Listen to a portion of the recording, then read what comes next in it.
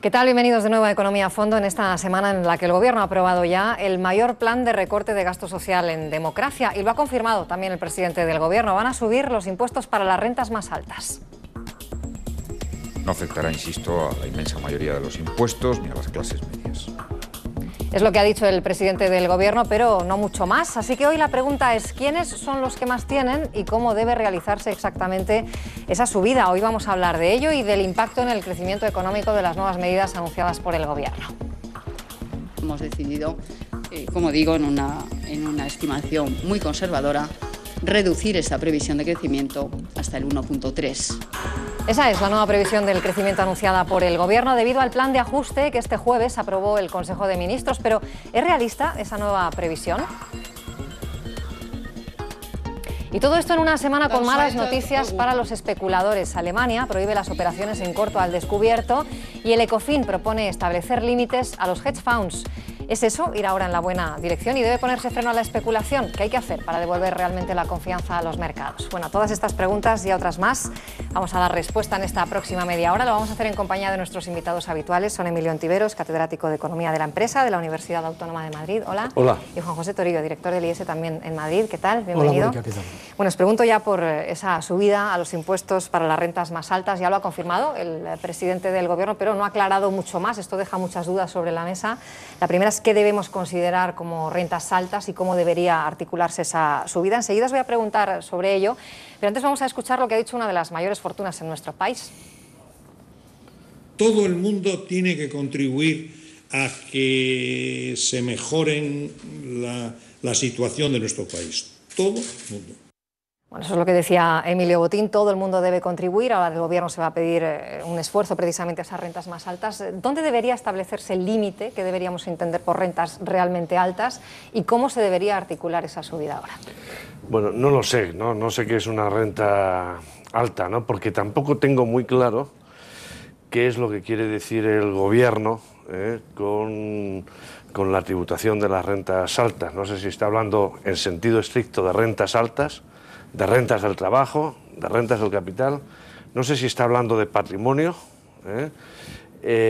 por lo tanto se me hace difícil. Podríamos tomar la distribución de la renta, el 10% con mayor generación de renta podría ser un criterio, pero habría que tener mucho cuidado, no sea que efectivamente a la hora de gravar a las rentas más altas nos encontráramos con que las rentas más altas tienen mecanismos de distracción perfectamente legales y al final quedarán grabados no precisamente esas rentas más altas, de las que, por ejemplo, el presidente del Banco Santander podría ser un ejemplo. Claro. Pero me puede, quizá un ejercicio que sería interesante, ya que estamos en ese terreno, es que la propia agencia tributaria revelara, aunque no fuera con nombres y apellidos, cuál es la distribución por tramos de renta y de qué porcentaje estamos hablando. Todo menos la imprecisión, porque lo que no vale al día de hoy es hablar de que estamos concibiendo una figura tributaria especializada, se ha llegado a decir,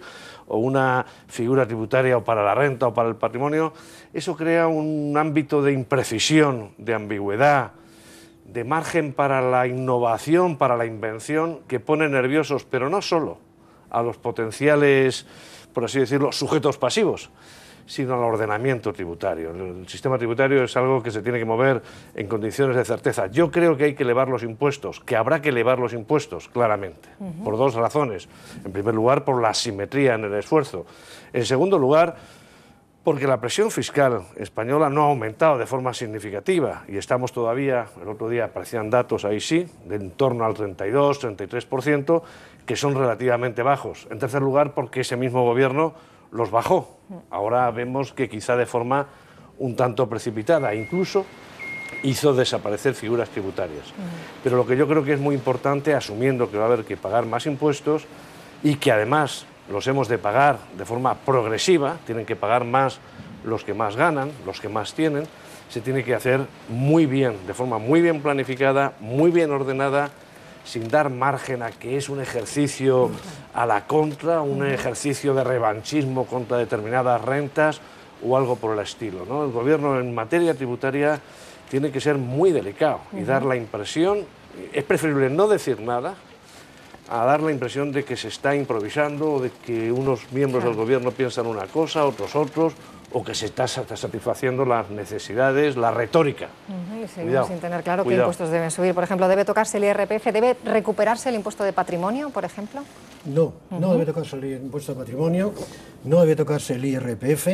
Si me dices cuáles son las fortunas más altas a efectos de subida de impuestos, te diré que es 0. Y si me dices si hay que subir los impuestos, te diré que no, que ninguno. No hay ni un solo ajuste en la historia de los ajustes fiscales que se haya logrado subiendo los tipos impositivos.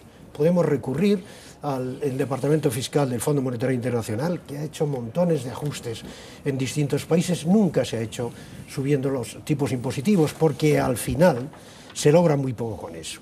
Lo que hay que hacer es subir la recaudación tributaria. Decía Emilio, la presión fiscal en España es baja. No, la presión fiscal en España se ha derrumbado porque ha habido un colapso de la recaudación tributaria, no porque hayan bajado los impuestos, entendiendo por tal los tipos impositivos, ni ha sido mucho la eliminación del impuesto del patrimonio lo que en ese sentido ha contribuido. No, lo que ha habido ha sido una caída seria, un auténtico colapso de la recaudación tributaria, especialmente en impuestos como el IVA. Mira, grabar en este momento restablecer el impuesto sobre el patrimonio sería un error. Ya lo era tenerlo entonces, y sería el mismo error volver a restablecerlo. Ningún país lo tiene. Francia tiene una cosa sobre las grandes fortunas que está a nivel bastante más altos que los que se están manejando, 1 o 2 millones de euros, que en los momentos actuales, en cuanto alguien tenga una vivienda y otro piso en no sé qué sitio, pues los alcanza. Y además el tipo impositivo francés era muchísimo bajo, pero ningún otro país lo tiene. Sí. Y tenerlo solo nosotros y ningún otro país es malísimo. El impuesto sobre la renta de las personas físicas es un impuesto injusto, profundamente injusto, en contra de lo que se dice, porque grava antes al 18%, ahora al 21% los rendimientos del capital, nada más. ¿Por qué no nada más? Porque si les grava más se van. En cambio al trabajador, lo que les decimos es, como tú no te puedes ir, a ti te grabo hasta el 43%, pero ¿cuál es la calidad moral de ese impuesto que está establecido bajo esas premisas, ¿no? Más aún, es que no es solo el trabajador, es que el trabajador por cuenta propia, el autónomo, tiene mecanismos de elusión del impuesto, incluso de evasión. El régimen de módulos nunca capta lo mismo que cuando es un sueldo. De manera que termina siendo un impuesto sobre el trabajo dependiente, un retorno a una cosa que hace muchos años se llamaba el IRTP, el impuesto sobre rendimientos del trabajo personal. Y ahí es donde yo creo que la progresividad no tiene mucho sentido. De manera que puede haber un poco de recorrido en el IVA, que es más bajo de Europa, pero ya lo hemos subido.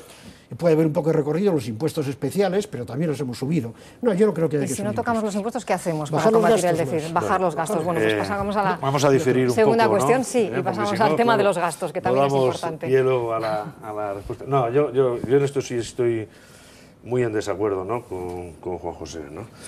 Compartiendo algo que todavía no hemos dicho, pero que supongo que subyace, ¿no?, en lo que pensamos los tres, ¿no?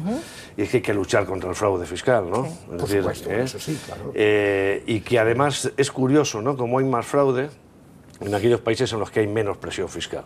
Porque la presión fiscal, observada tendencialmente, no solamente en este último año como consecuencia efectivamente de la situación excepcional que estamos viviendo, en España sigue siendo más baja que la media. La OCDE afortunadamente nos despacha todos los años con una actualización semestral figura a figura tributaria, y el conjunto de los ingresos tributarios divididos por el PIB en los últimos 20 años se ha mantenido manifiestamente por debajo. Como evidente es que en aquellos países con una presión fiscal más elevada, que pagan más impuestos, no solamente no hay una injusticia, sino que también fortalecen la capacidad competitiva. Por tanto, los prejuicios, también prejuicios, conviene verificarlos empíricamente. Países como Suecia, como Dinamarca, como Noruega, como Finlandia, como Alemania, como Francia, que tienen una presión fiscal algo superior a la nuestra, en algunos casos muy superior, que los ciudadanos pagan más impuestos directos que nosotros, las cosas no van mal. Por tanto, yo creo que sí es muy importante. Yo sí estaría de acuerdo ahí con...